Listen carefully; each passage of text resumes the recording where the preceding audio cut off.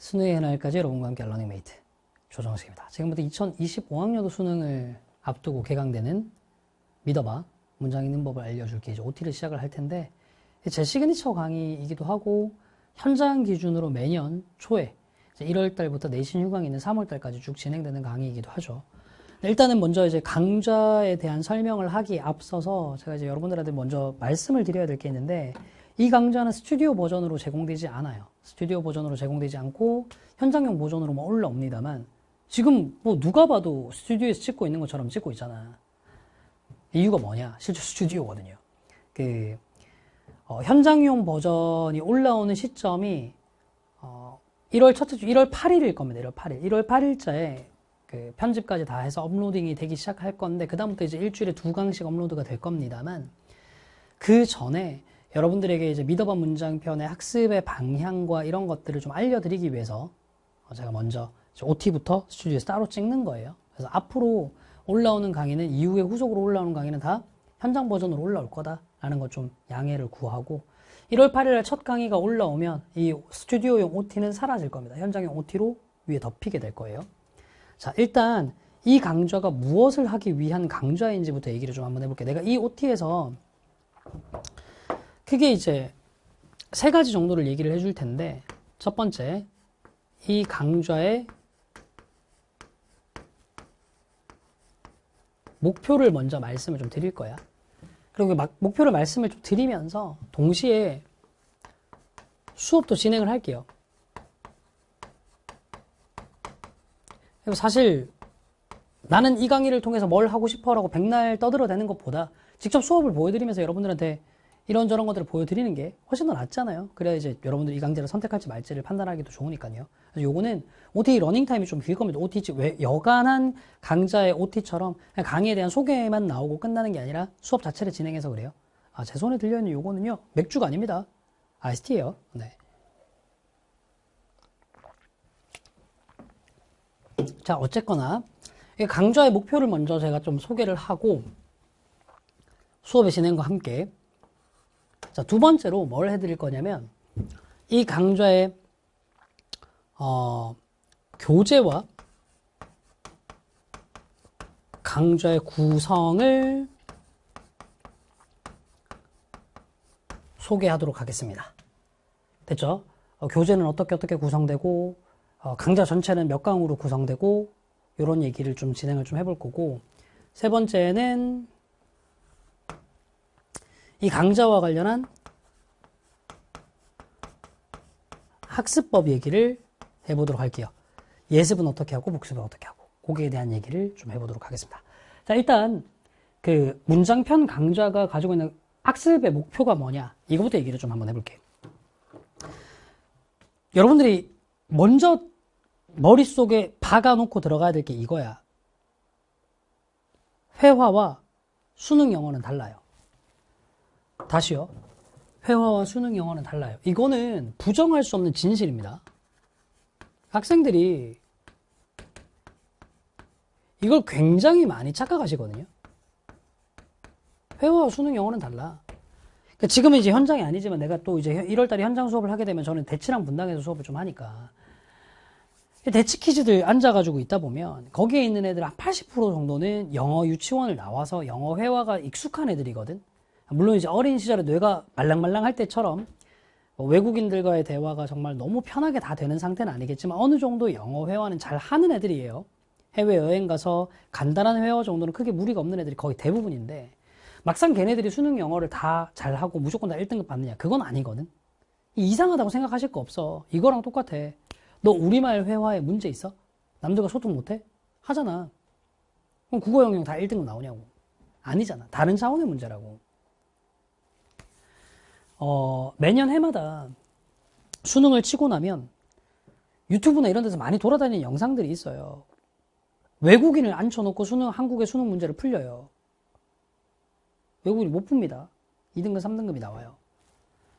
그럼 이제 거기에 대해서 댓글로 막 콜로세움이 펼쳐져요. 막, 이봐라, 수능은 하등 쓸모없는 시험이다. 외국인이 풀어도 만점이 안 나오는 시험인데 이걸 한국인들한테 어떻게 풀라라고 얘기하냐. 이런 얘기를 하는 사람들이야말로 정말로 수능 영어 시험이라는 것의 본질을 전혀 모르고 있는 사람들인 거죠. 그러니까 이렇게 생각하셔야 되는데 대한민국에서 영어 회화 능력은 필수적인 게 아니라 옵셔널한 거예요. 너 한번 생각해봐봐. 네 주변에 있는 사람들, 외국계 기업을 다니지 않는 대부분의 경우를 생각을 해봤을 때 네 주변에서 직장 생활하는 사람들 중에 영어 회화를 일상적으로 하는 사람이 얼마나 돼? 장담할 게 거의 없을 거야. 대한민국은 영어권 국가가 아니에요. 그래서 모든 사람들이 영어 회화를 잘 하는 걸 꿈을 꾸지만 실제로 안 덤비는 거예요. 왜 안 덤벼? 필수가 아니거든. 못해도 크게 상관없거든. 그러니까 회화를 잘하면 멋있게는 생각하지만 이걸 무조건 해야 되는 거라고 생각하진 않는 거야. 영어권 국가가 아니라니까. 혹시나 이 강좌를 보면서 영어 회화를 고민하고 계시는 분들 끄세요. 이 강좌 영어 회화용 강좌가 아닙니다. 아니 그러면 수능에서 영어 시험은 왜 쳐요? 수능 영어는요. 아카데믹 잉글리시예요. 이게 뭐냐? 잘 들으세요. 대학 들어가잖아요. 여러분들이 무엇을 전공하게 될지 모르겠습니다. 최상위권, 극상위권이라면 뭐 메디컬 쪽으로 가고 싶은 학생들도 있을 거고, 그다음에 이제 공대를 가고 싶은 학생들도 있을 거고, 문과에서 뭐 사회학이나 경영학, 경제학 등을 언론학 등을 공부하고 싶어하는 학생들도 있을 거예요. 그런데 여러분들이 어느 과로 전공을 정할지는 모르겠습니다만 어떤 과에 전공을 정하고 나서 대학 들어가가지고 1, 2학년 이제 교양 수업을 좀 하고 하는 시기를 좀 지나서 본격적으로 전공 수업을 하기 시작하는 순간부터 여러분들은 전공 서적을 봐야 되는데 그 전공 서적 대부분은 영어로 이루어져 있어요. 왜요? 학술의 제1언어거든요. 논문의 제1언어라고요. 그러니까 지금 수능 영어가 여러분들에게 물어보고자 하는 목표 자체가 이거예요. 아, 대학 들어가가지고 여러분들이 전공을 뭘 하든 간에 전공 서적을 영어로 되어 있는 걸 봐야 되는데 그 영어로 된 전공 서적을 이해할 수 있는 능력이 있는지 없는지를 묻는 것 자체가 수능 영어의 목표예요. 이제 목표가 좀 뭔지 아시겠어요? 국어 영역과 비슷하죠. 국어 영역도요. 대학 들어가면 네가 어쨌거나 비문학, 정보를 전달하는 텍스트를 읽고 내용을 이해할 수 있어야 대학에서 배우는 내용을 받아들일 수 있다고요. 그래서 국어 영역 비문학이 그만큼 강화된 겁니다. 수능 영어도 똑같아요. 대학 들어가서 전공 서적을 읽을 수 있는지에 대한 능력을 묻는 게 수능 영어라고요. 그래서 우리는 회화가 아니라 수능 영어, 아카데믹 잉글리시를 읽는 것에 초점을 둘 거예요. 잘 명심하셔야 됩니다. 이게 이제 왜 중요한 거냐면 너 국어만 해도 생각해봐봐. 우리가 일상적으로 사용하는 말의 말투와 국어 영역 비문학에 쓰여 있는 말투는 완전 다르다고. 너 국어 영역 비문학의 어투로 친구랑 대화 한번 해봐봐. 친구를 잃어. 영어도 똑같아. 일상 회화의 어투와 수능 영어 아카데믹 잉글리시 논문에 적혀있는 어투는 완전 달라요. 혹자는 또 이런 얘기를 합니다. 저는 진짜 그래서 수능 영어를 모르는 사람들은 다 입 다물고 있었으면 좋겠는데 이런 얘기를 하는 사람들이 있어요. 수능 영어는 지나치게 문장을 꼬아서 써. 아니요. 수능 영어가 그런 게 아니라 아카데믹 잉글리시 자체가 속성이 그렇습니다. 아카데믹 잉글리시는 어떤 식으로 쓰이는 경우들이 많냐면 굉장히 관용적인 어구를 되게 많이 쓰고요. 추상적인 표현도 남발되고요. 그리고 우리말과 다르게 만연체가 되게 많습니다. 문장을 짧게 안 끊어 쓰고 길게 쓰는 경우가 되게 많다고요. 예를 들어서 이런 거지. 봐봐. 내가 지금부터 말씀드리는 건 에리 프롬이라는 사람이 쓴 사랑의 기술이라는 책의 초반부에 나오는 문장이에요. 읽고 이해해보세요.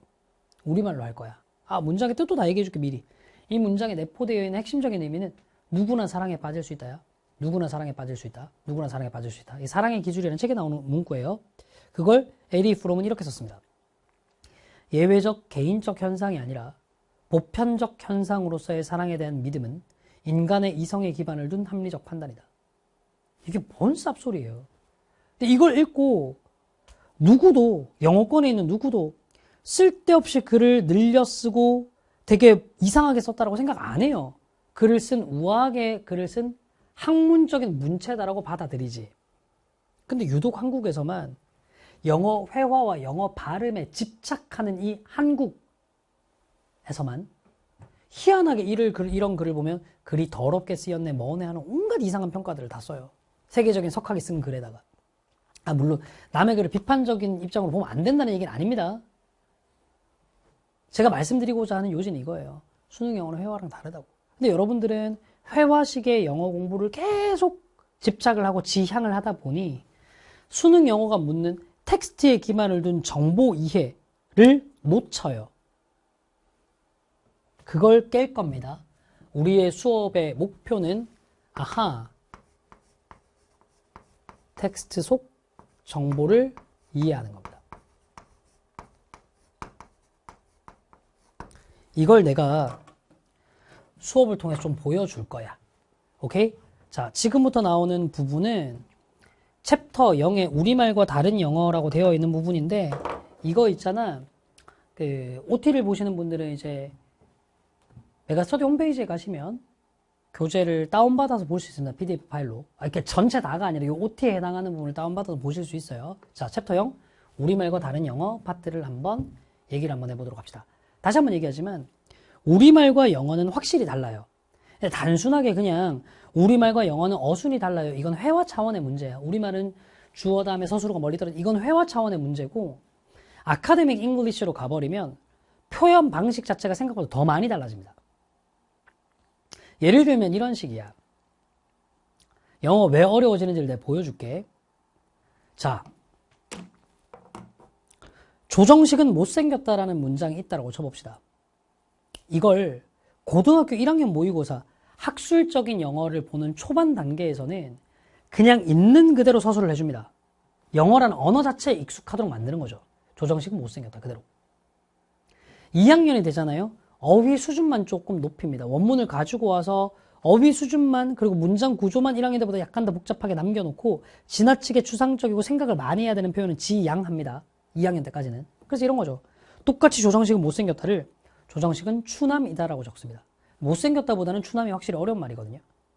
이제 3학년이 되고 수능을 대비하잖아요. 그러면 원문을 손 안 댑니다. 있는 그대로 가지고 와버려요. 그래서 아까 말씀드렸던 것처럼 관용적이고 추상적인 문장으로 만들어집니다. 저는 지금부터 조정식은 못생겼다라는 영어를, 죄송해요. 조정식은 못생겼다라는 말을 수능 영어식으로 바꿔서 표현해 볼게요. 잘 생각하세요. 전 조정식이 못생겼다라고 얘기할 거예요. 아름다움이 죄라면 조정식은 무죄입니다. 생각을 한참 해야 되죠. 이게 수능 영어의 특징이라고. 그러니까 단순하게 수능 영어는 우리말과 어순이 달라 이걸로 설명될 수 있는 게 아니야. 우리말과 수능 영어의 차이는 그냥 어순의 차이만 있는 게 아니라고. 그래서 그 차이점을 몇 개를 좀 짚어서 배우고 들어가 보도록 할 거야. 자, 첫 번째가 뭐냐면 영어를 좀 유연하게 생각할 수 있어야 된다는 건데, 우리말처럼 딱딱하지 않은 구석이 있어요. 그게 뭐냐? 품사에 대한 유연한 사고인데요. 이렇게 적어볼게. 품사는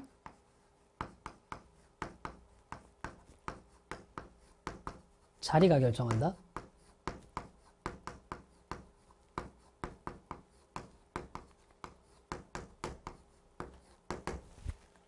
품사는 자리가 결정한다. 이게 무슨 소리냐? 봐봐.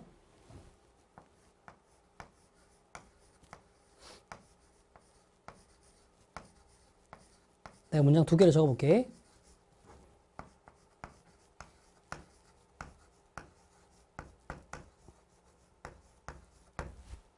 이 문장이랑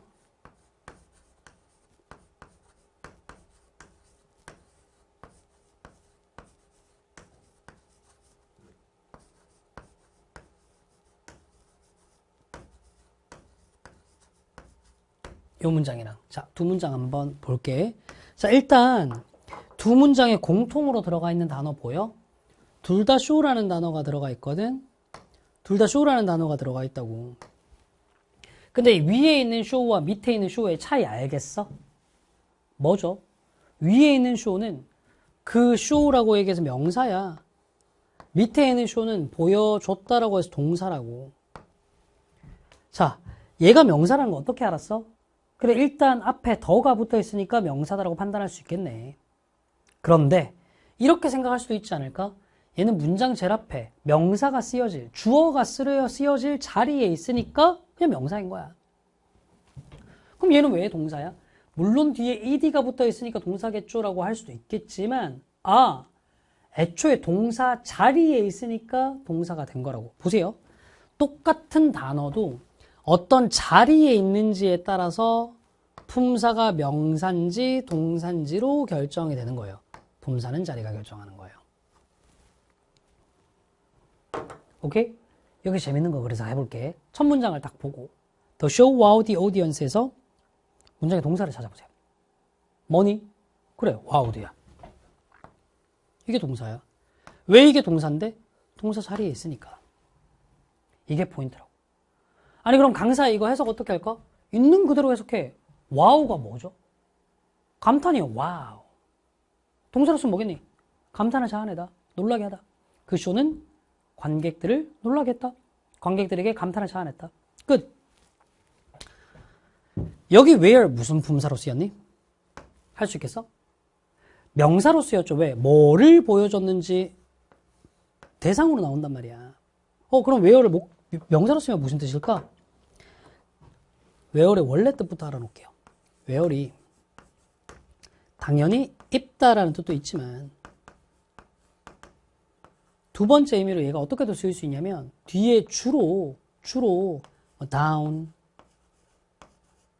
out, off, away 이런 말과 함께 쓰이는 경우가 많은데 자, 뭔가 물건 따위를 마모시키다, 닳게 하다 혹은 사람 따위를 지치게 하다 이런 의미로 쓰일 수 있단 말이야. 근데 여기는 타이어 얘기니까 피님, 타이어는 마모가 더 자연스러워요? 지치는 게 자연스러워요?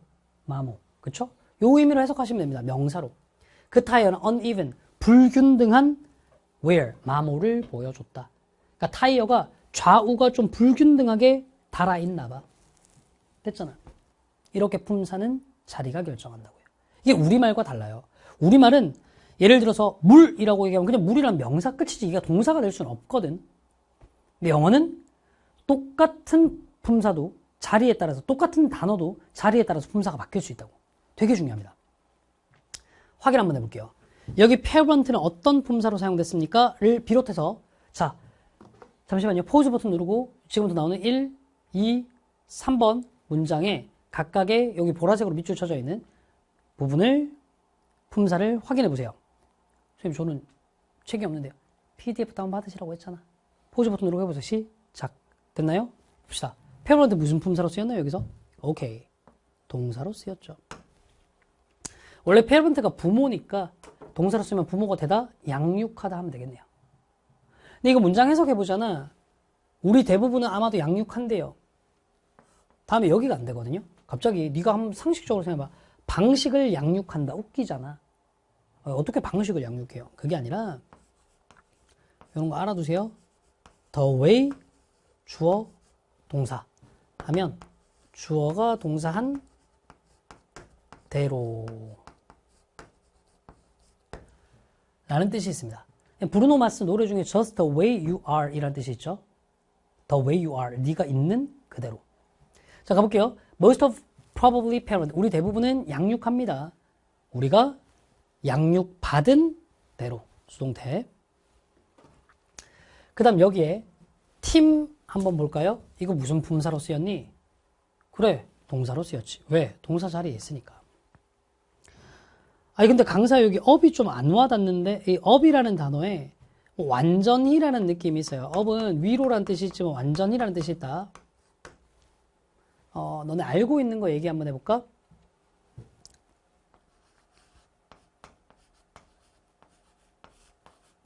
들어본 적 있죠? give up 무슨 뜻이죠?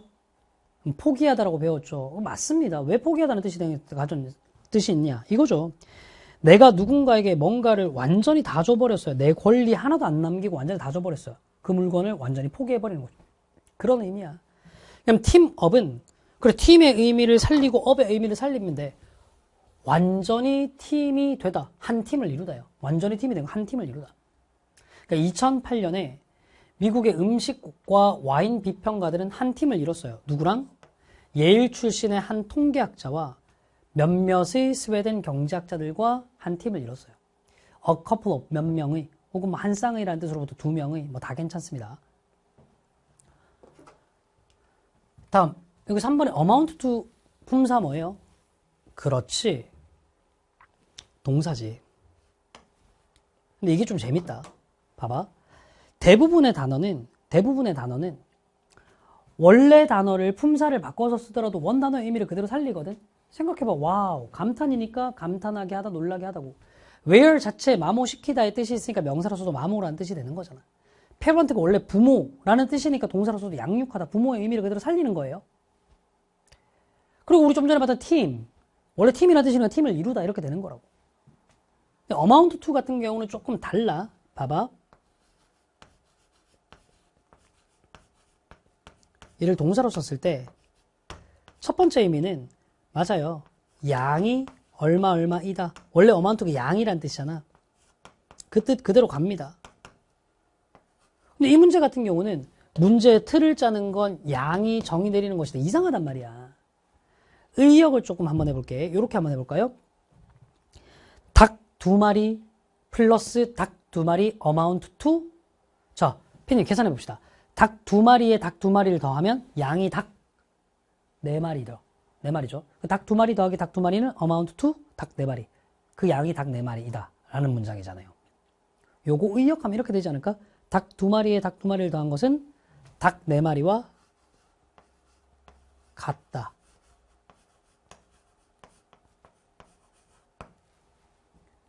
납득돼요? 여기 T 빠졌네.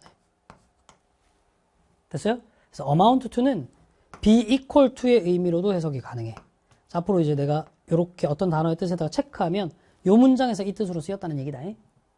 그 다음 요 문장 같은 게 이제 여기가 해석이 조금 어렵거든. What problem you are proposing to solve. 여기가 좀 해석이 좀 어렵거든. 요거 형광펜 표시 좀 해놓고 한번 봅시다. 예문 하나 볼게요. 어깨 힘 빼고 편하게 들으세요. OT잖아요.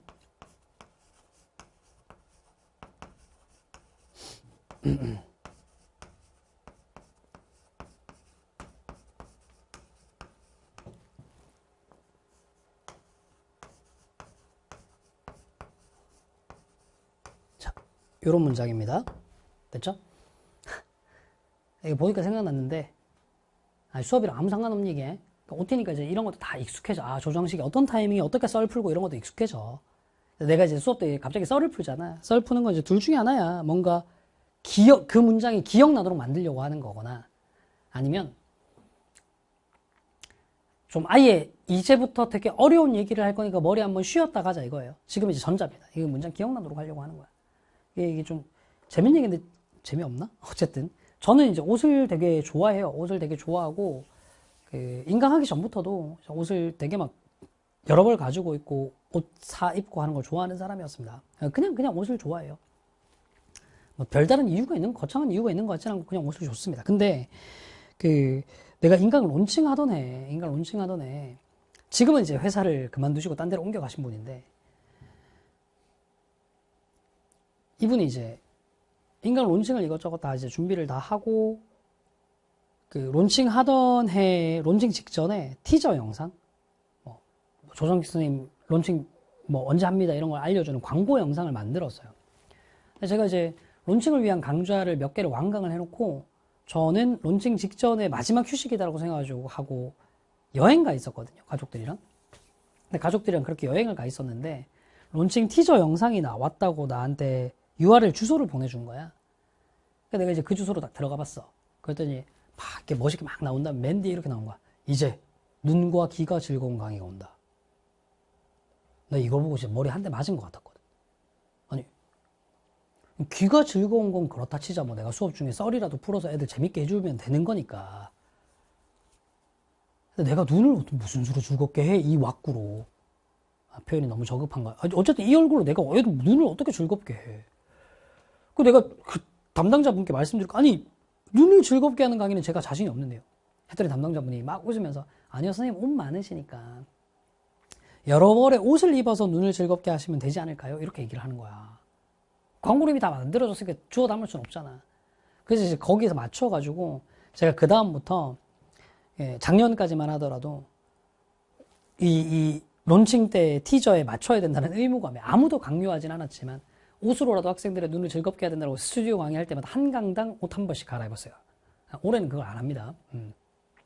올해는 왜 안 하느냐? 뭐 별다른 거 없어. 나는 그 론칭 때 7년 동안의 내 각오와 다짐은 끝났고 이제 재계약이거든. 새로운 해인데 뭐 이제 새로운 마음으로 가야죠. 그러니까 굳이 이제 매번 옷 갈아입을 필요가 없겠다 싶어서 안 해요. 피디님 스튜디오에서 찍으니까 알잖아요. 그죠? 이제 매번 안 갈아입는 거. 근데 그래도 어느 정도 제가 이제 옷을 좋아하고 옷 잘 입는 강사라는 이미지가 남아 있어가지고 아직도 매번 이렇습니다. 저는 매번 이래요. 이게 뭐냐? 잘 들어봐. 자, 익힙시다. what 명사 다음에 이제 주어 동사 이렇게 나오잖아요. 여기 어떻게 해석하냐면 어떤 명사를 이라고 해석하는 거야. 가볼까? I cannot decide. 나 결정할 수 없어. What clothes. 어떤 옷을 내가 입어야만 할지. 나 결정할 수 없어. 어떤 옷을 내가 입어야만 할지. 나 결정할 수 없어. 어떤 옷을 내가 입어야만 할지. 그 담당자님 덕분에 내가 매번 이런 생각하면서 스튜디오 온다니까. 현장 강의할 때도 마찬가지고. 다시 어떤 옷을 내가 입어야만 할지. I cannot decide what clothes I should wear. What clothes I should wear. 어떤 옷을 내가 입어야만 할지. 볼래? 어떤 문제를 you are proposing to solve. 네가 풀겠다라고 제시하는지. What problem. 어떤 문제를 네가 proposing to solve. 풀겠다라고 제시하는지. 확인해 볼게요. Problem framing. 문제의 틀 짜기는 정의 내리는 것과 같아요. 다시. 문제의 틀을 짠다라는 건 정의 내리는 거랑 똑같아요. 무슨 정의를 내려요? 어떤 문제를 네가 풀겠다라고 제시하는지. 이 문제를 내가 풀게요. 저 문제를 내가 풀게요. 이런 식으로 풀겠다라고 제시하는 걸 정의 내리는 것과 똑같아요.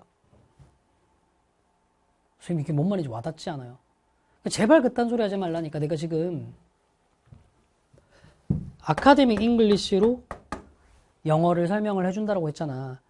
이거 당시 6월 평가원 모의고사 23번 주제 문제 첫 문장으로 나와 있던 문장이야.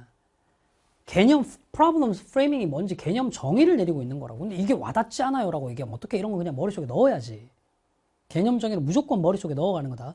problem framing이란 건 뭐라고? 아하, 어떤 문제를 네가 풀겠다라고 제시하는지를 정의하는 거래. 다음 봅시다. 자, 여기 한번 가볼까요? err이라는 단어요. 품사 판단. 뭐예요? 오케이. 그래. 동사로 쓰였지. 정확하게는 비동사 플러스 pp로 수동태의 동사로 쓰였습니다. 그럼 err 동사로 쓰면 뭐냐 이거지? 잘 한번 볼까? 생각해보자. air이라는 말 자체가 공기 또는 공중이라는 뜻이잖아. 아니 뭐 공기나 공중이나 뭐 똑같이 뭐 공기나 공중. 근데 생각 한번 해볼까? 어떤 물건을 공중에 이렇게 들고 있는 거야. air. 공중에 들고 있다. 피님, 공중에 들고 있으면 가까이서만 보일까요? 이제 멀리서도 보이게 될까요? 그렇죠. 멀리서도 보이게 되죠. 아하. 그래서 air은 멀리서도 보이게 들고 있는 것, 즉 널리 알리다, 공개하다요. 널리 알리다, 공개하다. 아시겠어? 여기서 나오는 게 뭐냐면 아하, on air이죠. on air. 방송 중인 거지. 야, 네 생각을 가장 잘 알리는 방식이 방송을 해버리는 거죠. on air, 방송 중인. 그래서 air은 공개하다, 방송하다의 뜻이 있습니다. 가볼게요. 새로운 아이디어들은 자주 공개되고 비평받습니다. 우리의 대중문화 속에서 공개되고 비평받아요. 됐죠? 대중토론의 건강한 과정의 과정의 일부로서. 됐죠? 다시 새로운 아이디어들은요. 대중문화 속에서 공개되고 비판받아요. 됐니? 건강한 대중토론 과정의 일부로서. 자, 품사에 대한 유연한 사고. 품사는 누가 결정해? 자리가 결정해요. 대부분의 경우에 품사가 자리에 따라서 원래 단어와 다른 품사로 쓰이더라도 예를 들면 parent가 부모가 아니라 양육하다라고 쓰이고 where이라는 단어가 입다, 마모, 시키다가 아니라 마모라는 명사로 쓰이고 하더라도 원래 의미를 그대로 가져가는데 amount to처럼 아예 동사로 쓰였을 때 의미가 바뀌는 경우도 있더라. 뭐뭐 같다. air, 공개하다, 방송하다. 됐죠? 자, 그 다음 두 번째. 능수동에 대한 유연한 사고라고 되어 있는데 이게 이제 조금 이해를 해봅시다. 이렇게 얘기를 할게요. 우리말로 얘기할게요. 요새는 학생들이 이제 영어 절평이다 보니 영어 공부보다 국어 문법을 더 많이 하셔가지고 국어 문법이 더 편한 경우가 많아서 이렇게 얘기할게요. 피동. 우리말로 얘기하면 이제 피동이죠. 이게 영어에서 수동이죠. 사동. 사동이 뭔지 알죠? 시키는 거잖아. 그치? 얘는 문맥이 결정해요.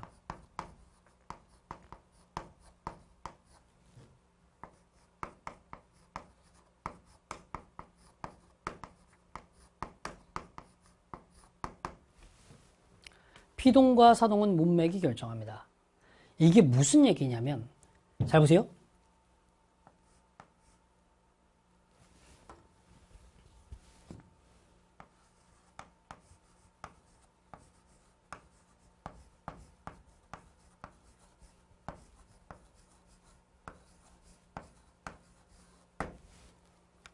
여기 워크 한번 봅시다. 워크는 원래 무슨 뜻이지? 걷다지.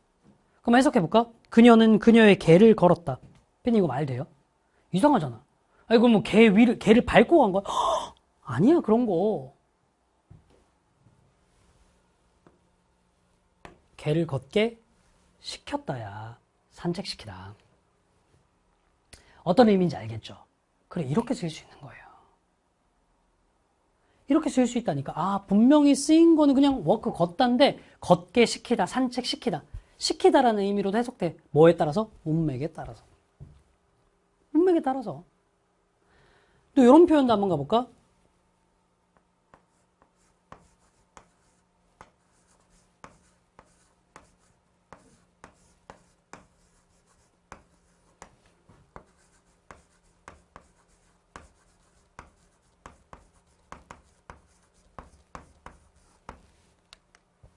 그 문은 자동으로 핀님 문이 자동으로 열어요, 열려요? 그래 열리는 거죠. 근데 여기는 그냥 오픈으로 썼는데요? 네. 그래도 열리다라고 수동으로도 해석될 수 있어요. 영어에서 어떤 동사는 동사 자체가 능동과 수동의 의미와 사동, 누구누구에게 시키다라는 의미를 다 가지고 있는 경우가 90% 이상입니다. 문맥에 맞춰서 해석해 주셔야 돼요. 그럼 이제 여러분들 머릿속에 이제 온갖 의문이 떠올 거면 이런 거. 그러면 강사야, 수능에서 문법 문제에서 능수동 구분하는 문제 나오면 어떡하니? 능수동 구분하는 문제로 출제된 동사는 능동의 의미만 있는 동사로 출제. 그건 일단 신경 쓰지 마. 우리 지금 해석법 배우는 거잖아. 이것만 알아도. 오픈은 문맥에 따라서 열다, 열리다, 열게 시키다. 다 된다고. 그럼 여기 한번 가볼까? 봐봐. 유전공학의 진보야. 핀님, 유전공학의 진보가 번역하는 걸까요? 해석되는 걸까요? 해석되다죠. 그냥 과거형이지만 수동으로 해석돼야 된다니까요. 유전공학의 진보는 대중들에게 해석됩니다. 어떻게? Deterministic language. 되게 결정적인 언어로 매체를 통해서 해석됩니다. 됐죠? 그 다음 여기 한번 볼까요? 이게 뭔데? 이삭을 준비하다야? 이삭 토스트예요? 죄송합니다. 썩은 드립. 이거 아이작 뉴턴이에요. 뉴턴을 준비시키다죠. 가볼까요? Mr. Stokes taught everything he could. 스톡스 씨는 그가 할 수 있는 모든 걸 다 했습니다. 아이작을 준비시키기 위해서. 트리니티 대학을 위한 입학시험에 대해 아이작을 준비시키기 위해서. 됐죠? 자, 몇 가지 얘기를 한번 해보도록 할게요. 첫 번째는 가볍게 이 정도는 좀 알아둡시다. 뒤에 가서 또 깊이 있게도 설명하겠지만 영어에서 어떤 everything 명사 뒤에 그 다음 명사 동사 나오면 무조건 한 덩어리로 이렇게 수식이에요. everything he could. 그가 할 수 있는 모든 것. 그가 할 수 있는 모든 것. 그가 할 수 있는 모든 것. 됐죠? 오케이. 그 다음에 이제 두 번째, 요걸 좀 알아두셔야 되는데, 잘 보세요.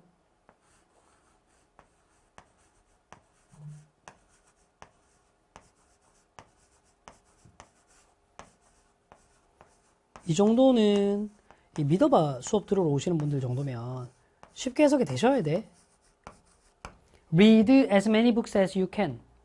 네가 할 수 있는 만큼 많은 책을 읽어라 라는 문장인데, 어머나, 원래 요런 can 같은 조동사 다음엔 동사 원형 나와야 되잖아. 왜 안 썼지? 생략된 거죠. 어떤 말이 생략된 거겠니? 그러니까 read가 생략된 거예요. 네가 읽을 수 있는 만큼 많은 책을 읽어라. 이미 문장 앞에 나왔던 동사는 생략될 수 있어요. 결론 지어볼까? 아하. 조동사 뒤에서 앞에 나왔던 동사는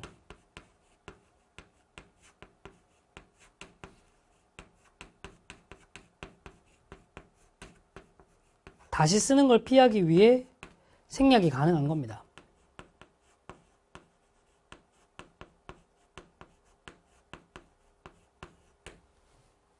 됐어요? 갑자기 이제 이 얘기를 왜 했냐? 여기 볼래? Mr. Stokes taught Isaac everything he could. 스톡스 씨는 아이작에게 그가 할 수 있는 모든 것을 가르쳤어요. 여기 could 뒤에 뭐가 생략돼 있을까? 그가 뭐 할 수 있는? 가르칠 수 있는 모든 걸 다 가르쳤다가 되겠죠. 그 다음에 to prepare, 준비시키기 위해 이렇게 되는 겁니다. 됐죠? 그러니까 이런 게 실제로 이제 2016학년도 9월 평가원 모의고사에서는 to prepare 쓸래, 그냥 prepare 쓸래 이런 게 문법 문제로도 등장한 적이 있어요.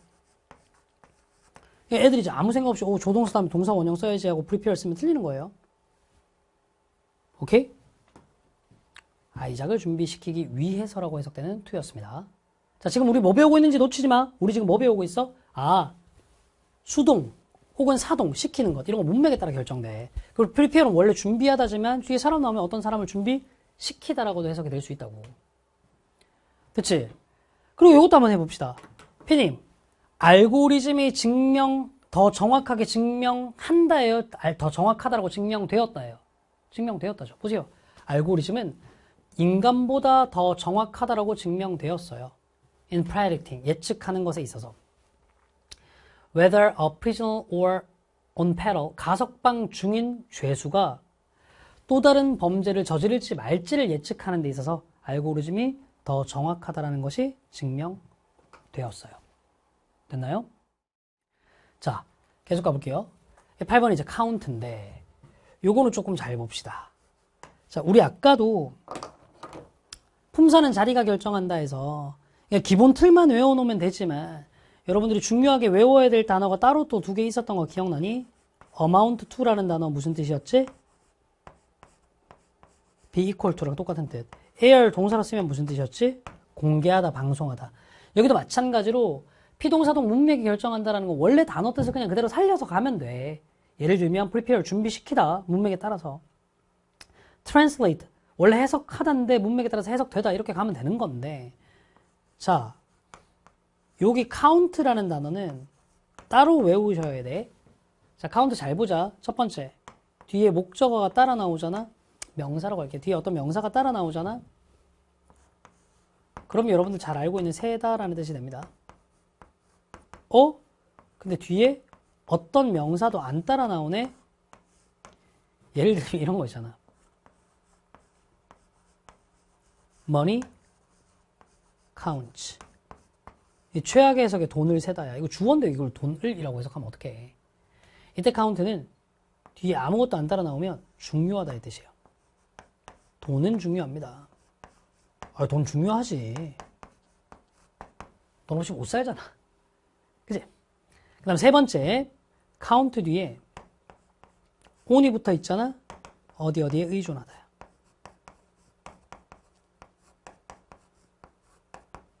네 번째, count 뒤에 as가 붙잖아. 뭐뭐라고? 여기다. 이 뜻이에요. 자, 요 문장은 뒤에 딱, 네가 눈으로 딱 봐봐. count 뒤에 아무것도 안 붙어 있지. 그냥 중요하다 이 뜻이에요. 오케이? 가보자. We must remember. 우리는 기억해야만 합니다. That the importance of the event to the individual. 개인에게 있어서 그 사건의 중요성이 중요하다는 걸. 개인에게 있어서의 중요성이 중요하다는 걸. 됐어요? 괜찮아? 이건 그냥 단순한 번역. 지금부터 머리 쓰겠습니다. 이게 너네가 영어 공부할 때 머리 안 쓰는 거 알거든? 나랑 같이 할 때만이라도 한번 해봐봐. 이 문장에서 핵심이 되는 어구가 뭔지 한번 확인해 보세요. 핵심이 되는 어구가 뭔지 확인해 보세요. 포즈 안 눌러도 됩니다. 제가 시간을 드릴 거예요.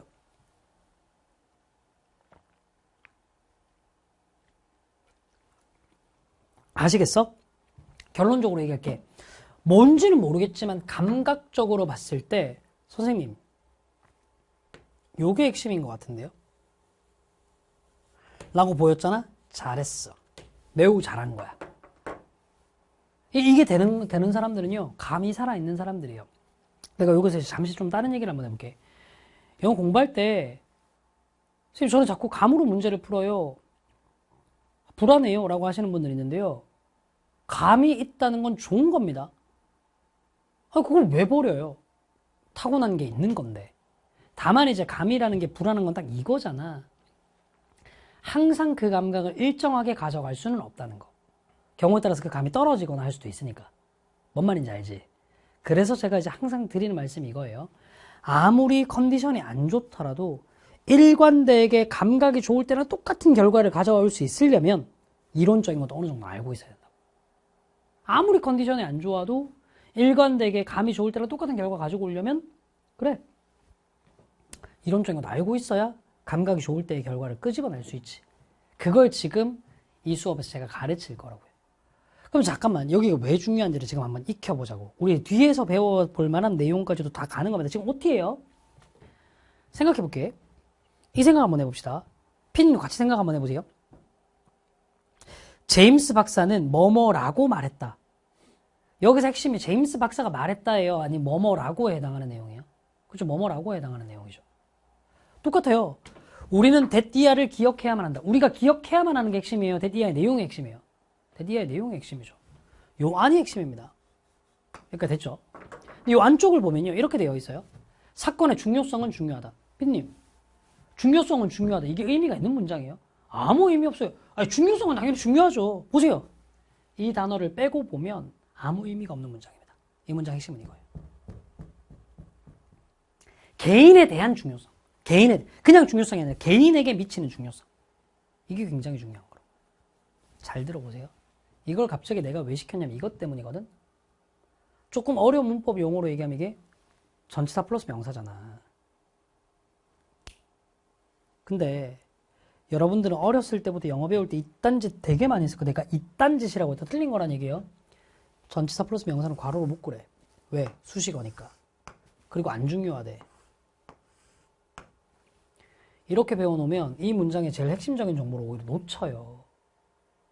학습을 이렇게 해놓으니까 여러분들이 전치사 플러스 명사를 굉장히 엉망으로 해석하는 경향성이 강하거든요. 이게 얼마나 중요한데요. 특히나 학술적인 영어에서는 문장 하나하나의 뉘앙스를 전치사 하나가 확 바꿔버리는 경우가 굉장히 많습니다. 그래서 전치사 학습을 잘해야 돼요. 그게 세 번째 파트입니다. 우리말에 없는 다이어. 자, 포인트는 뭐냐면 우리말에 없는 다이어예요. 그러니까 간혹 가다가 전치사를 학습할 때 전치사는 우리말의 조사와 같아 라고 학습을 하는 경우들이 있더라고. 아직도. 아닙니다. 전치사는요 절대로 조사와 같지 않아요. 애초에 영어에는 조사라는 말 품사가 없고요. 반대로 우리말에는 전치사라는 품사가 없습니다. 전치사는 그냥 우리말에 없는 다의어야. 근데 국어 시간에 배웠지. 다의어와 동음이의어는 다르잖아요. 그죠? 다의어는 뭐죠?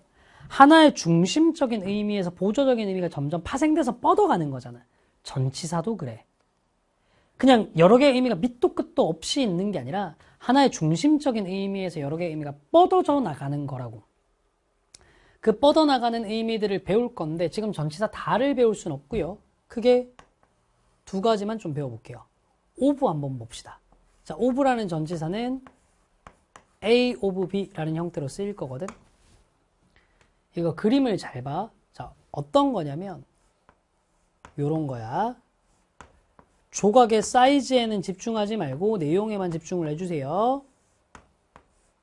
강사야, 나 이렇게 설명하는 걸 어디 다른 데서도 본 적 있는 것 같아. 그거 그냥 딴 게 아니고 우리나라에서 전치사 연구를 제일 열심히 잘하면서 제일 많은 업적을 남기셨던 분이 이기동 교수님이라는 분입니다. 이제 전 서울대 교수님이신데 이분이 전치사 연구라는 책을 써낼 때 다이어로서, 우리말에 없는 다이어로서의 전치사를 어떻게 하면 사람들이 학습할 수 있을까를 그림으로 그려서 설명하셨어요.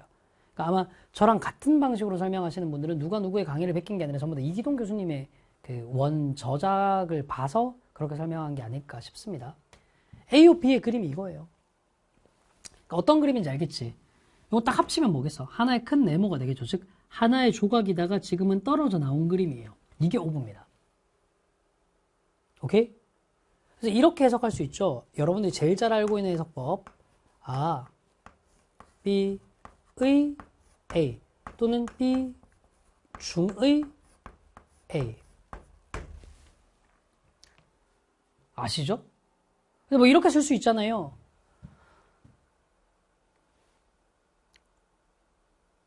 All of you. 너네 중의 모든 사람. 이렇게 되는 거죠. 오케이? 제일 흔한 경우잖아. 근데 사실 이것도 이제 그림에서 보면 이렇게 돼요. A야, 너 누구니? 저 몰라요? 옛날에 B랑 붙어 있던 애잖아요. B에 속해 있던 애잖아요. B 중에 있던 애잖아요. 이렇게 해서 뭐뭐의, 뭐뭐 중의라는 뜻이 되는 거야. 근데 이걸 관점을 조금 다르게 해봅시다. A야, 너 누구니? 했을 때 A가 좀 겸손한 애면 저요? 옛날에 B 중에 있던 애잖아요. B의, B 중의가 되는 건데 요번에 좀 얘가 건방진 놈이야. A야, 너 누구니? 나 모름? 옛날에 B 데리고 다니던 애잖아. 이제 관점만 다르지 똑같은 말인 거 알겠죠? B랑 붙어 있던 애잖아. 근데 아까는 B 중에 속해 있던 애잖아. 근데 이번에는 B를 데리고 다니던 애잖아. 라고 얘기한 거예요. 요렇게 해석할 수 있어요. B를 가진 A. 특히나 이제 여기서 나와가지고 요 표현 알아두세요. 비동사 다음에 of를 쓰잖아. 뭐뭐를 가진 상태이다. have의 뜻이에요.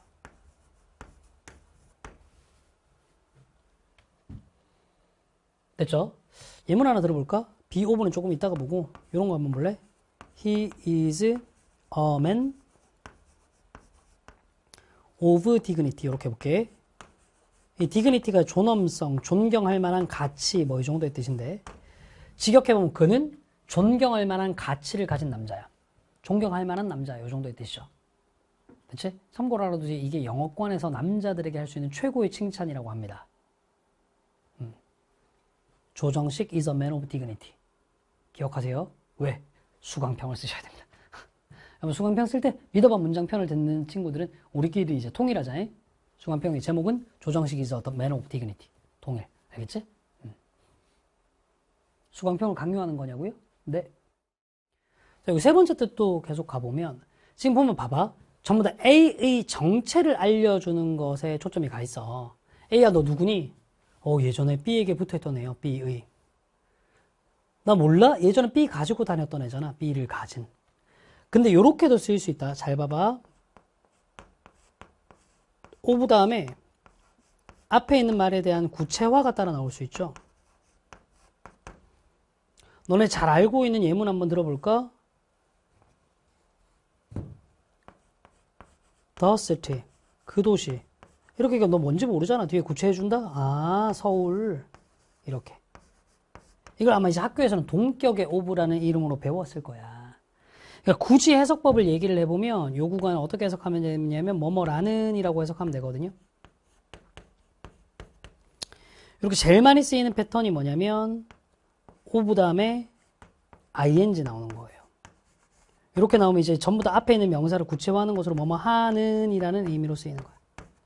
근데 여기 1, 2, 3번 뜻, 1, 2, 3번 뜻은 전부 다 A의 원래 뿌리를 찾아나가는 의미잖아. A야 너 누구니?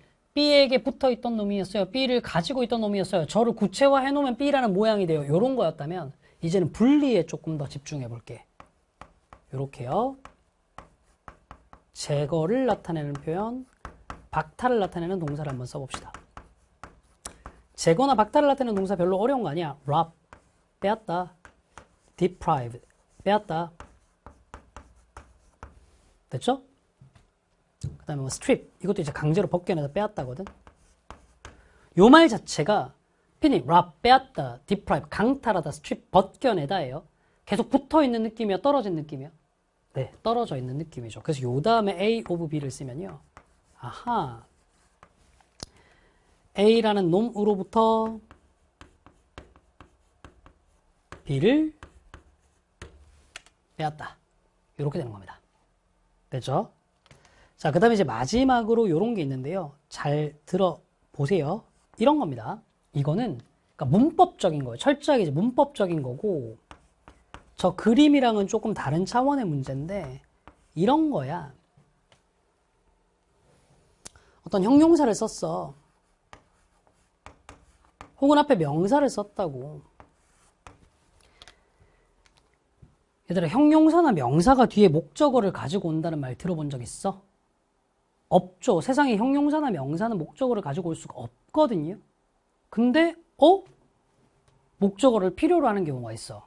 예를 들면 afraid, 두려워하는 이야. 근데 뭐뭐를 두려워하는 이라고 해야 될 것 해야 되잖아. 신뢰라는 말 생각해보자. 이 책 제목도 믿어봐네요. 뭐뭐를 신뢰 이렇게 얘기할 수 있잖아요. 이렇게 뒤에 목적어를 데리고 나올 때 of를 씁니다. 그래서 이 of는 경우에 따라서 뭐뭐를 뭐뭐에 대한 이라는 의미로도 사용될 수 있어요. 여러분들 중학교 때부터 많이 배웠던 거, 뭐뭐를 두려워하다, be afraid of. 뭐뭐를 부끄러워하다, be ashamed of. 이렇게 배웠다. 자, 이제 지금부터 나오는 문장의 각각의 of가 어떤 의미인지 네가 직접 보고 판단하는 거야. 바로 가보자. 에이, 여기 of 뭐겠니? 기억 못하시면 필기한 거 보고 대답하셔도 좋아. 비동사 다음에 of 있네? 가지다죠. With regard to peer-to-peer risk such as bullying. bullying하면 이제 뭐 집단 괴롭힘 같은 거죠. 집단 괴롭힘과 같은 또래들 간의 위험함에 관해서는 some elements, 몇몇 요소들이 특별한 중요성을 가진다. 됐죠? 자, 그 다음. 어머나 생긴 모양 보면 바로 알겠네. of 다음에 뭐 썼어? ing 썼죠. 뭐뭐하는. 됐죠? 몇몇 회사들은 make the mistake, 실수를 한다. 어떤 실수냐? Designing a process that set up milestone. 마일스톤이 뭔지 알죠? 이정표죠. 이정표를 설정하는 과정을 디자인하는 실수를 해요. 어떤 형태로 디자인하는? 활동의 형태로. 다시, 이정표를 설정하는 과정을 활동의 형태로 디자인하는 실수를 해요. 선생님, 이게 무슨 쌉소리입니까? 이것도 당시 모의고사의 21번 밑줄 친 부분의 함축적 의미를 물어보는 문제 첫 문장이었어요. 이정표를 설정하는 과정. 이정표가 뭔지 알잖아요. 중간 단계잖아요. 뭐 지금부터 몇 킬로 더 가면 서울입니다. 이런 거. 이런 이정표를 활동의 형태로 만들어 놓는 게 실수래요. 그냥 그 얘기입니다. 오케이. 다음 11번 한번 가볼게요. 여기 오브 뭔데? read, 없애다, 제거하다잖아. A로부터 B를. 정치적으로 올바른 언어의 옹호자들은 주장해요. 뭐라고 주장해요? 우리가 우리의 마음으로부터 차별적인 생각을 제거할 수 있다고. 그러니까 요런 표현을 알아둬야 된다. 정치적으로 올바른. 요새 이제 political correctness라고 얘기해서 많이 쓰는 건데, PC라고 줄여서 많이 쓰죠. PC. personal computer 그거 말고. PC가 뭐냐면, 그러니까 언어로 사람을 뭐 장애나 성별, 인종 등의 이유로 차별하는 언어를 쓰면 안 된다는 게 PC예요. 그러니까 예를 들면 뭐 steward, stewardess 이렇게 얘기를 해보면 비행기에서 근무하는 남녀를 차별해서 얘기를 하는 거잖아. stewardess 하면 여성형, steward 하면 남성. 이렇게 하지 말고 그냥 flight attendant, 비행승무원 이렇게 부르자. 뭐 이렇게 political correctness인데 저는 이 말에 이제 어느 정도는 동의를 하거든요. 근데 좀 너무 가지는 않았으면 좋겠어. 그러니까 정도껏 해야지, 정도껏. 내가 지금도 기억나는 게 코로나 터지기 전년도였을 거야. 그때 4월 달에 우리 부모님이랑 같이 LA 여행을 한번 간 적이 있거든요. LA 가면 뭐 해야 됩니까? 디즈니랜드를 가야죠. 디즈니랜드를 갔는데 디즈니랜드는 뭐 따로 어트랙션 말고도 공연 보고 뭐 퍼레이드 보는 것만으로도 충분히 이제 가치가 있습니다. 거기 갔는데 아니 거기에 이제 겨울왕국 공연을 해요. 브로드웨이 뮤지컬로 하는 그 더 프로즌 겨울 왕국을 축소판으로 한 거라 되게 볼만한 공연이거든. 근데 이게 디즈니가, 너네 알고 있는지 모르겠는데 디즈니가 지금 정치적 올바름에 지금 엄청 뽕에 취해 있어요. 그래서 얘들이 뭔 짓을 한 건지 모르겠는데 그 겨울왕국 내용은 대충 알잖아요. 그쵸? 피디님 아시죠? 아나와 엘사는 백인이에요. 그 뮤지컬에서요. 근데 아빠 엄마가 흑인으로 나오는 거야. 아니 뭐 아예 뭐 유전적으로 불가능한 건 아니라고 하지만 생물학적으로 사실상 이 말이 안 되는 상황이잖아요. 아니 그렇게 하고 싶었으면 그냥 다 흑인으로 통일을 하든가 아니 뭐 흑백 부부를 놓고 이제 혼혈을 하든가 이렇게 해야지. 이게 뭐냐고 이게. 적당히 해야지. 내가 이제 붕괴해가지고 막 얘기했거든. 아니 저게 뭐냐고. 적당히 해야지. 그랬더니 저희 부모님이 저를 되게 이상한 사람 취급하더라고요. 너무 불편하게 본다면. 아니 저는 좀 적당히 했으면 좋겠어요. 자 어쨌든 여기 5분은 A로부터 B를. 내가 아까 얘기했죠? 개드립 치는 건 머리를 써야 된다라는 거야. 자 여기 5 bio 뭐뭐를 뭐뭐에 대한. 가볼까요? You have written a position paper. 당신은 position paper, 입장문이요. 입장문을 써왔어요. Trying to convince your city council. 네 시의회를 납득시키려고 하는 입장문이요. 뭐에 대해서 납득시키는 거야? 아하, 도서관에 보안요원 고용할 필요성을 납득시키려고 하는 거예요. 필요성에 대해 납득시키려고 하는 거예요. 자, 본격적으로 몰이를 한번 써봅시다. 전치사 to입니다. 전치사 to, 지금 나는 여러 가지 의미를 가지는 전치사에 대해서 설명을 하는데 다 설명은 할 수는 없고 of랑 to 두 개만 설명하는 거야. 자, 전치사 to는 딱 두 가지만 기억하세요. to 다음에 결과가 따라 나올 수 있어요.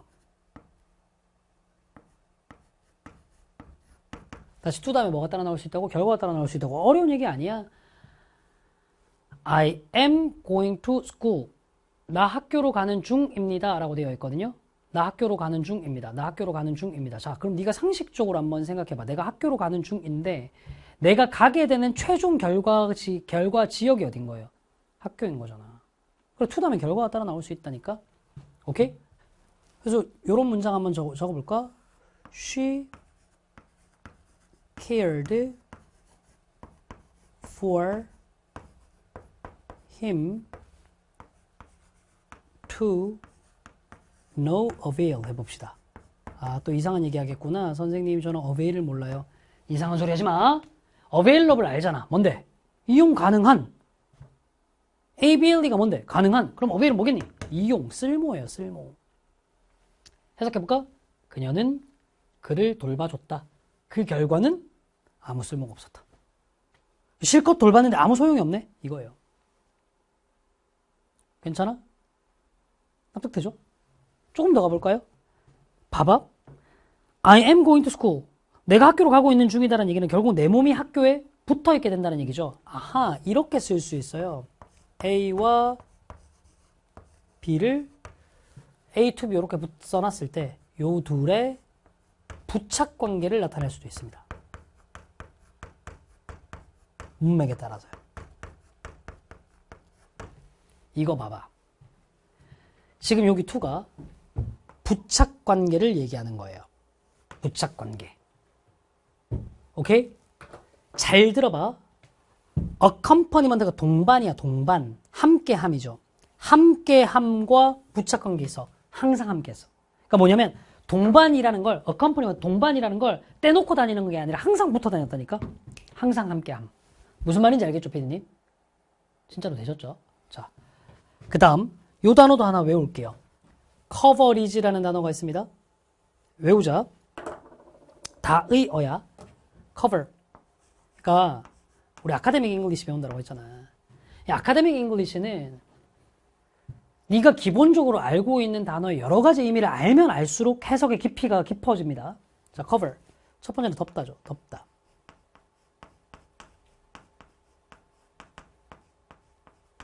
그대로 가볼게. cover. up 봅시다. up이 뭐죠? 위로 말고 완전이라는 뜻이 들었잖아. 그래서 cover up 하면 완전히 덮다. 아하, 완전히 다 덮어놨어. 피님, 어떤 물건 완전 다 덮어놨어요. 밖에서 보일까요? 안 보일까요? 안 보이죠? 꼭꼭 숨기다의 뜻입니다.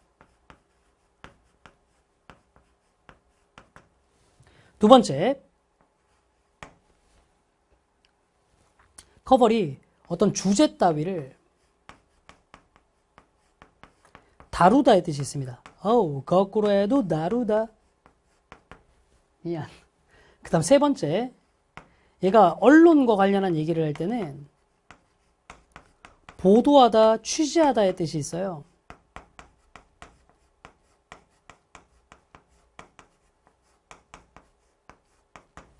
네 번째, 이게 비용, 돈 관련한 얘기하면요.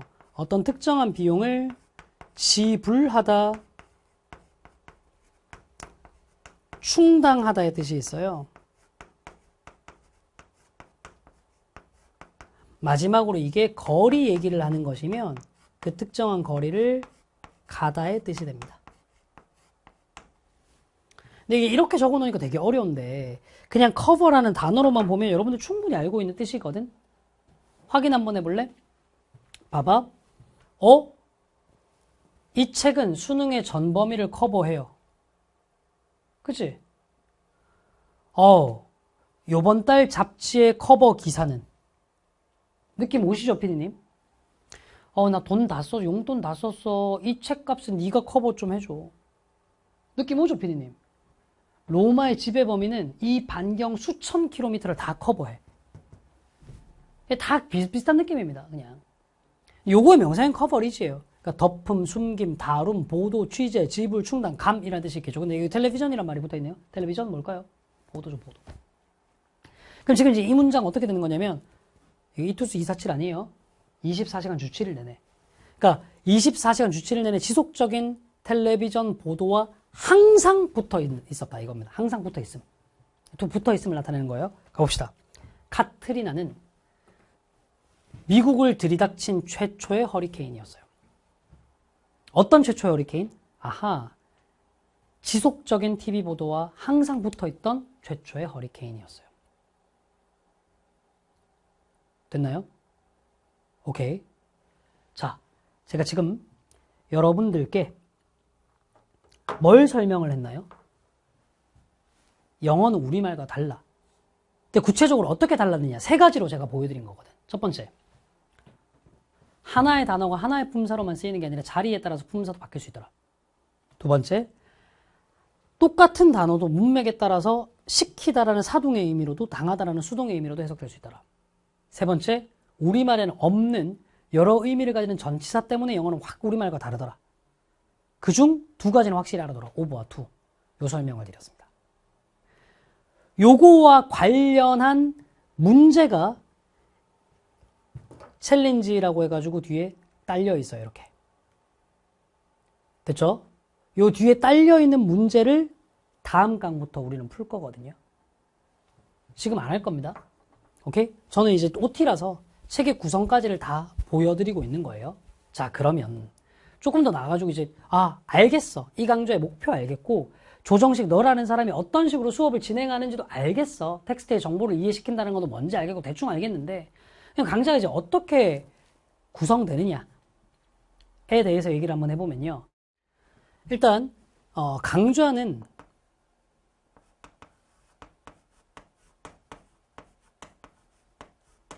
OT 제외 총 18강, 각 강당 60분 생각하시면 됩니다. 됐죠? 요렇게 좀 진행이 될 거고, 플러스 마이너스 해가지고 뭐 50분짜리 강도 있을 거고요. 뭐 이렇게 될 겁니다. 각 강당 60분을 좀 생각을 해주시면 되는데, 업로드는, 매주 월요일, 그러니까 1월 8일부터 매주 월요일마다 업로드가 될 거예요. 매주 월요일마다 업로드가 될 겁니다. 매주 월요일마다 2강씩 업로드가 될 거예요. 그러다가 제가 이제 어떤 시점쯤 되면 자, 이제 다음 주부터는 1강씩 업로드 될 겁니다라고 말씀을 드릴 겁니다.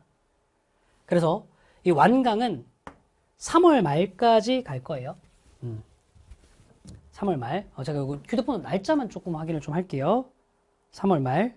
그러니까 업로드 날짜를 기준으로 하면 4월 1일이겠네요. 4월 1일 만우절이네. 4월 1일까지 이제 매주 2강씩 진행하다가 어느 시점부터는 이제 1강씩 이렇게 업로드가 될 겁니다. 됐죠? 그리고 이제 교재는 어떻게 구성이 되냐면, 본책이 있고요. 그리고 본책에 딸려있는 복습북이 있습니다. 요거 두 개가 한 세트야. 됐지? 이 복습북은 말 그대로 복습을 위한 책으로, 수업 때 내가 얘기했던 것들이 다 적혀 있어. 드립 빼고는 다 적혀 있다고 생각하시면 돼. 요거는 필수입니다. 요게 있어야 수업을 들으실 수 있어. 됐지? 자, 요거 말고요. 워크북이라는 게 있거든요. 워크북은 선택 교재인데 얘는 뭐냐면 이 책과 똑같은 목차로 쓰여 있는 다른 어휘로 구성되어 있는 문장으로 연습시키기 위한 용도입니다. 됐죠? 다른 문장으로 연습시키기 위한 용도고, 이 본책은 네가 딱 보면 알겠지만 기출 문장으로 이루어져 있어요. 우리 뭐 중간중간에 표시 보면 알죠? 뭐 15학년도 6평에 36번에 나왔던 문장이 이런 겁니다. 대신 기출 문장들을 보면 문맥이 있어야 이해할 수 있는 문장들 있잖아요. 최대한 배제하거나 혹은 문맥이 없어도 이해할 수 있도록 문장 형태를 조금 바꾸긴 했습니다. 워크북도 마찬가지로 기출이나 예전 EBS 문장으로 구성이 되어 있는데 얘는 참고로 말씀드리면 선택 교재이긴 합니다만 현장에서 과제로 나가는 교재예요. 그러니 온라인으로 수업을 듣고 있는 친구들도 현장과 똑같은 느낌과 현장과 똑같은 강제성을 받고 싶다면 워크북을 가지고 진도를 맞춰가면서 문제를 풀어가시는 게 베스트일 겁니다. 그러니까 마지막으로 이제 이 교재, 이 강좌와 관련 학습 얘기를 좀 한번 해볼 텐데, 첫 번째, 예습. 안 합니다. 알겠죠? 예습이라는 건 내가 어느 시점에, 야, 이제는 예습을 좀 해! 하면 하시면 되고, 아니면 안 하셔도 돼요. 어느 정도 지금 수업을 이해할 수 있는 친구들 정도면. 다만 이제 이런 경우 있거든. 아, 선생님, 나는 애초에 어휘력이 너무 딸려가지고요. 선생님 수업을 들으려고 했더니, 앞쪽에 단어가 딸려가지고, 막 이런 거, 막 아예, 막, continuous 이런 단어 몰라가지고 듣기 힘들어요. 뭐 이 정도는 잘 없겠지만, 이 정도 수준이 되는 친구들은요, 예습을 해오셔야 됩니다. 뭘 예습하시면 되냐면, 각 챕터마다 앞쪽에요, 아예 단어들만 다 정리를 해놨어. 그 단어들만 외워오시면 돼요. 그 단어들만 외워오시면 됩니다. 자, 얼마나 외워야 되는 건지는 제가 이제 다음 주에 진도를 이만큼 나갈 거라는 걸 계속해서 말씀을 드릴 거거든. 거기에 맞춰서 하시면 됩니다.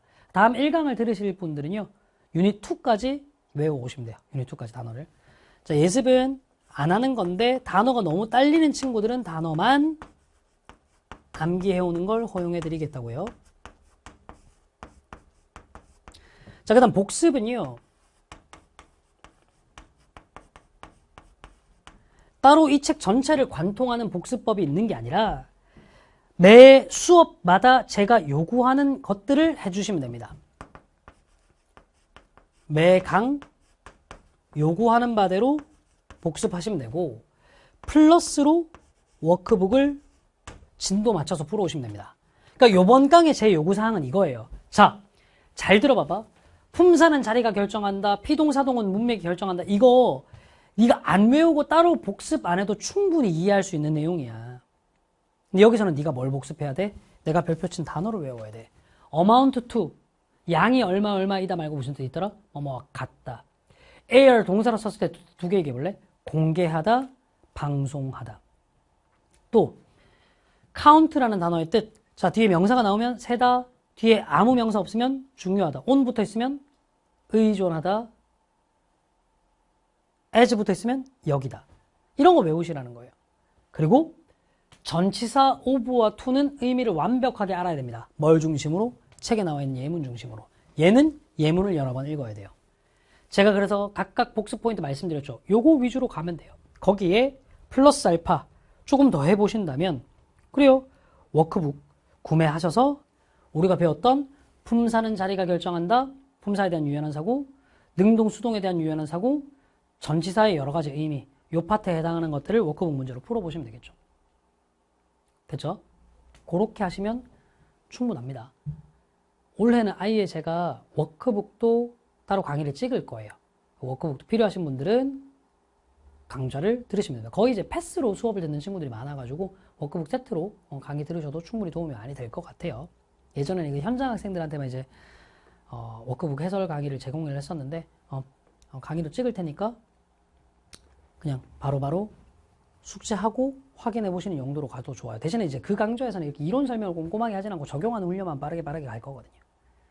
자, 이렇게 하면 저는 아까 처음에 OT 들어올 때 얘기를 했던 것처럼 이 강좌의 목표가 뭐냐? 우리는 회화로서의 영어가 아니라 아카데믹 잉글리시, 텍스트를 이해하는 영어를 배우기 위해 이 강좌를 한다는 걸 제가 충분히 수업을 통해 보여드린 것 같고요. 이 강좌의 교재와 강의 자체가 어떻게 구성되어 있는지도 말씀을 드렸고, 그리고 예습과 복습법에 대해서도 말씀을 드렸습니다. 한 가지 말씀 안 드린 게 있죠. 왜 책 제목이 미더바냐? 사실 제 커리큘럼은 하나의 스토리 라인을 잡고 커리큘럼 전체 이름을 짠 거예요. 제 커리큘럼의 제일 시작점이 이제 괜찮아 시리즈, 그 다음 미더바 시리즈. 요게 끝나고 나면 나오는 시리즈가 확실히 시리즈, 마지막이 더 데이즈 유얼 데이 시리즈거든요. 일종의 빌드업입니다. 지금 여러분들이 어떤 실력이라도 괜찮습니다. 믿고 따라오신다면 확실히 수능의 그날을 여러분의 날로 만들겠다라는 제 약속을 담은 커리큘럼 이름이에요. 말 그대로 한번 믿어보세요. 더데이, 수능의 날이 6월데이, 여러분의 날이 되도록 만들어 드릴 테니까요. 자, 그럼 지금까지 수능의 그날까지 여러분과 함께 러닝메이트 조정식이었고요. 다음 강의는 1월 8일 현장 수업 버전으로 업로드가 될 겁니다. 본 수업에서 만나 뵙겠습니다. 감사합니다.